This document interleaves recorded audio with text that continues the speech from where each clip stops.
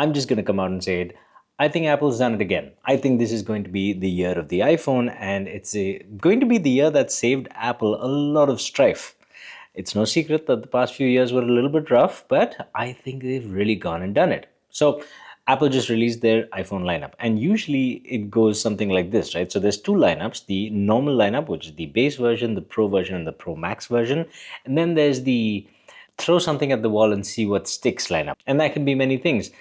For some years, it was a mini phone. For some years, it was a plus size phone. This year, it's a plus sized super slim phone. And there are some compromises. You get only a single camera on the back, you get reduced battery life, but it's got the vibes. And to be fair, I am curious as to what this is actually going to feel like in the hand. So I'm going to go to the Apple store to check it out. So kudos to Apple for actually getting people back in their stores. But the real star of the show is the main lineup. And this time around, Apple's done something a little bit different. So usually what you get is the Pro version, which Apple wants you to buy. And that comes with all the features. And then you've got the base version below that, which is usually handicapped well into the ground. But for people who don't care too much, who want to spend less money, it's a perfectly decent option. But for most of us, the base versions have felt really, really scant for quite a while now.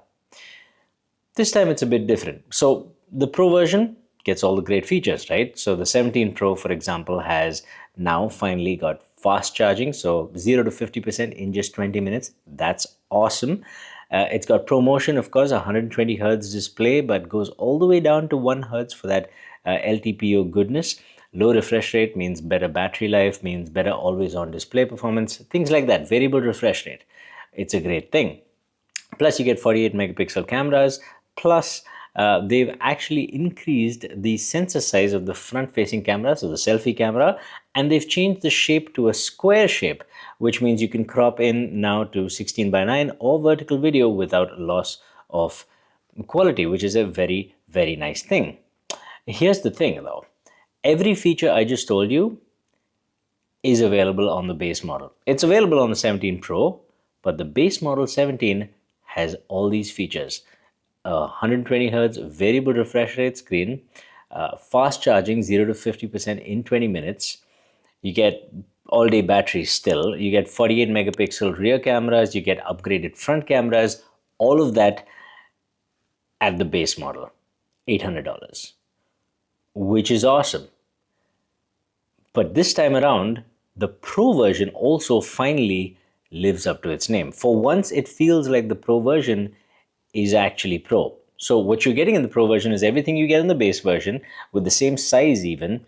A slightly different finish. They use aluminum now and they've got a ceramic back, which is supposed to be a little more durable. Time will tell. Of course, now you get the A19 Pro chipset for increased processing power, but to handle all that processing power, you get a vapor chamber for cooling. So better thermal efficiency means better peak performance for a sustained amount of time, which is great if you're gaming, if you're live streaming, if you're creating content. It's better for rendering things. You just generally higher workloads over longer periods of time. That is very much a Pro thing. Most people are not going to usually need that, but if you do, the Pro version has got you covered.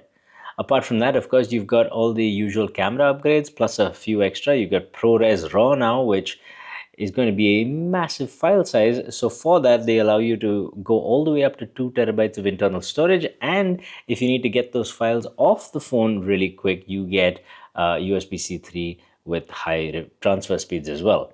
So you get everything the base version has, obviously, but you get certain things that are clearly meant for the pros. And the Pro Max is the same as it always has been. If you want that larger screen, if you want more battery life, the Pro Max has you covered. Now, the Pro version also gives you 8x optical zoom, so a few more toys to play with for videography, for example. And only time will tell if they're good or not. But the point of this lineup is really quite simple. It's the base version that really takes the cake. Yes, you've got the Pro features, and that's really cool, and I'm really tempted to get one.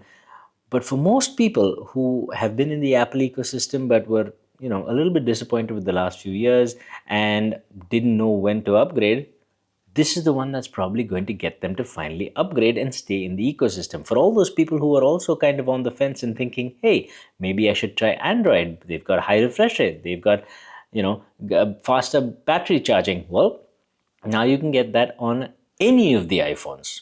They all have it. And for anyone in the Android ecosystem looking to switch, well, now more than ever, they can make the switch easily without compromising on a couple of things that Android gives you and without having to pay an arm and a leg. $800 base price gives you everything. Plus, add to that the fact that it's got that new liquid glass user interface graphic. Add to that it's got more customization in the widgets. That's great for Android guys coming over. That's great for iPhone people staying in the iPhone ecosystem. Add to that the fact that the base version at $800 is still going to come in with 256 gigs of internal storage, and what you have is a really, really good value proposition at the $800 price point, which is not something iPhone has given us for years now. Well, now you have it. I can easily imagine someone with an iPhone and a Samsung S25 going, maybe I'll try the iPhone this time. It seems to be pretty darn good, because on paper, it is. Now, this is all based on what they're saying in their presentation. What I really want to know now is, does this translate to real world performance? Like, will the new user interface graphics then basically compromise things for us? Will it be so demanding that it'll just rip the battery to shreds? Will it overheat the base model, which is probably why you need the vapor cooling in the higher model anyway? I don't know. All these things we can only find out when the phone's in our hands. And this year, for the first time, I'm thinking I'm going to get the Pro version. I'm going to get an iPhone, one of the iPhones, and I'm going to test it out myself. But there are questions to be answered, and there's real life tests that will actually tell us if the iPhones are in fact worth it or not. But on paper, this time, the iPhones have a pretty special deal. And bear in mind that this is also the market where things like the Nothing Phone 3 try to get $800 from you. The less said, the better. Which iPhone would you buy? Tell me in the comments down below, and I will share my experience with you when I get it. I'll see you in the next one. Stay happy, stay peaceful, stay colorful. Namaste.